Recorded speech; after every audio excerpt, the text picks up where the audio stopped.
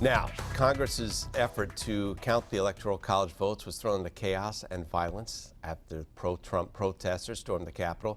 22 News anchor Taylor Knight is live in Springfield with what this could mean for the president-elect.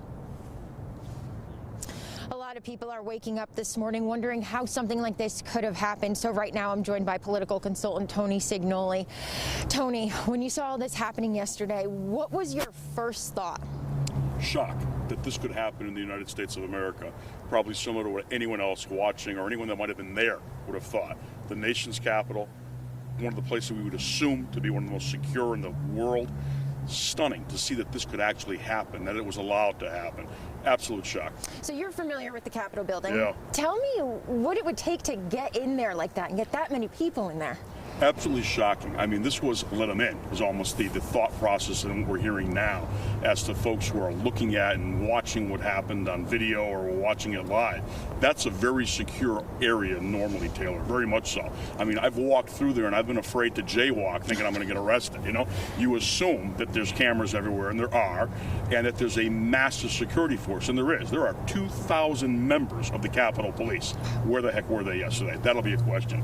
So that area is normally very secure. As you saw yesterday, folks actually had to climb and scale the exterior area there to get to the balcony that they got to. To get in from there, shocking. And initially, as we now know, just one Capitol officer at that area, that apex where folks started to enter.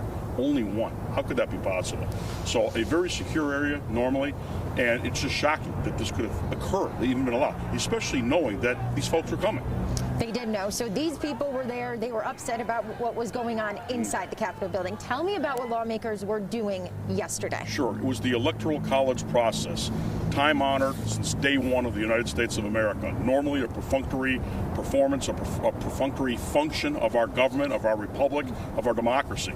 And this normally goes very peacefully. It's over and done with, and in and out you go. Certainly, as we all knew, there were Republican senators that were going to contest votes in certain states. And as we know, at the time that this happened, members were leaving to go and contest the vote of Arizona. But they were still in the building, so they were all there, every one of them in a harm's way situation. So you sort of said the president kind of called these people there earlier in the day. People are now referring to this as an insurrection. The president trying to incite a coup. What do you think about this? You know, it's whether you like Donald Trump or don't, whether you like what he stands for or don't. There's no other way to frame this. Every major media outlet on the planet, just not in the United States, from Venezuela to Turkey to London this morning, is calling this an insurrection or the President of the United States inciting a riot. If you look at his Facebook, if you look at his tweets over the last 2 weeks, he said, come, he said, join me here, he said, help me, and I love you, please come. There's no way around that. Again, even if you're a supporter of Donald Trump, you got to sit back and say, you've got to be kidding. The damage to the United States, who got hurt yesterday? Not just Donald Trump, not just the Republican Party, not just those senators who stood up to protest the Electoral College votes, but the United States did. Our standing on the planet is shockingly hit right now, and there's just no other way to slice that or dice that or look at it in a different view. Now, what could happen next with President Trump? The 25th Amendment, is this an impeachable offense? What could happen with him? Very interesting. You know, something I was asked about here last night by TV 22, and I mentioned it, and I thought, gosh, I may have stepped over on that one. But not 15 and 20 minutes later, there were major players in the United States. In fact, even some significant Trump supporters like Rice Priebus bringing that thought up. The 25th Amendment is there exactly for a situation like this. When a president of the United States may be unstable, may show character, or may show actions that would be significantly detrimental to the United States, that's what it's there for. It requires, however, the Vice President of the United States, Mike Pence, to go to the members of the cabinet and say, he's off, something's wrong, this is over the top, we've got to take a look at removal now on grounds. Some might say, do you do that with just 13 days left? Maybe you do. This is the President of the United States. This is the Commander-in-Chief. He's got the nuclear arsenal literally at his fingertips. So you'll hear a lot more about this, and we've been hearing it greatly so since yesterday. What's the likelihood that Pence would do this? Intriguing. If he wants his moment in history, politically, I mean, this shouldn't be politics. This should be much bigger than that. If he wants to do the right thing in a good government sense, he's got to at least, I think, consider it. He's got to have a conversation with some cabinet members who might not just be political lackeys. Take a look at the cabinet. So many of them are, interim players right now. They're not full to their replacements, etc. But if he's listening to history, if he's listening to major folks in law enforcement and historical parliamentarians of the Congress and the United States Constitution, he's got to actually probably consider this, especially too, because as I say, you've got major media outlets right now, not just in the United States, but around the world saying, oh gosh, we're worried. We're worried for our security right now in the UK. We're uptight and concerned. And of all places, Venezuela? You're kidding. That's what the headlines are this morning. So I think that it gets looked at without a doubt. You bring up history. Has something like this happened in the United States history? Wow. Think of where we are right now in historic Springfield Court Square. Not far from here, the insurrection. The Shays Rebellion, the famous Shays Rebellion, the attempt by Daniel Shays to march up this hill and take George Washington's armory. It happened right here. Now that's old news, but another piece of old and dated news would be 1954. 4 Puerto Rican nationalists were able to get into the House chamber, same chamber we saw yesterday on television, get into what was then called the Women's Gallery, and open fire with semi-automatic pistols. They shot 5 members of Congress, one grievously so.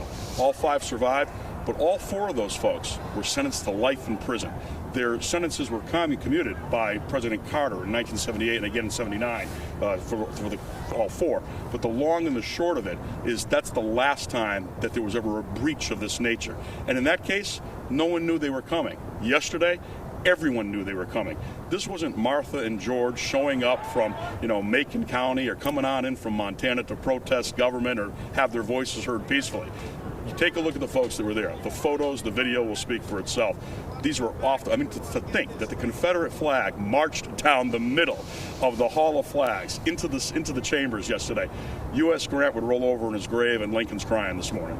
You bring up punishment for these people that did it in '54. There were a lot more people yesterday doing it. Yeah. What could happen to them in a law enforcement type of way here?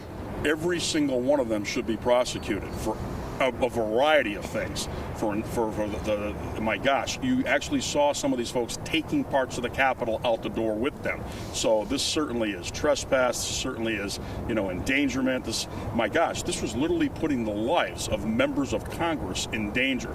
You had folks showing up in body armor, etc., and all that. It's clear what their intent was. This is sedition, frankly. It's insurrection, and there are significant federal laws broken here. So hopefully the Department of Justice, hopefully they take a look at the video. They have all these photos. You can see who these folks are. They posed for pictures. So the evidence is there. It's easy enough to find them, catch them, and most definitely they have got to be prosecuted. Because if not, everyone that's ever protested in the Black Lives Matter protest, all those folks that showed up for the IMF protest a few years ago, you think about that. For those protests, literally, the United States military was on the streets of D.C. in advance. There was no one there yesterday. And forgive me for going long on this, but maybe the other thing that has to happen here, and I think that we'll see, in addition to talk of the 25th Amendment, is significant congressional investigation of what happened yesterday. How did they get that close? How were they allowed in? That was kind of my next question. What happens after this? What is next? If you're a member of Congress today, you've got to think about Republican or Democrat. The United States Capitol was breached by insurrectionists. These weren't protesters, these are terrorists. This wasn't ISIS or Hamas that got in yesterday. We've got to take a look at how did this happen? Is it possible that there were members of the Capitol Police or the Washington Metropolitan Police, others, who allowed this? How could this be even conceivable?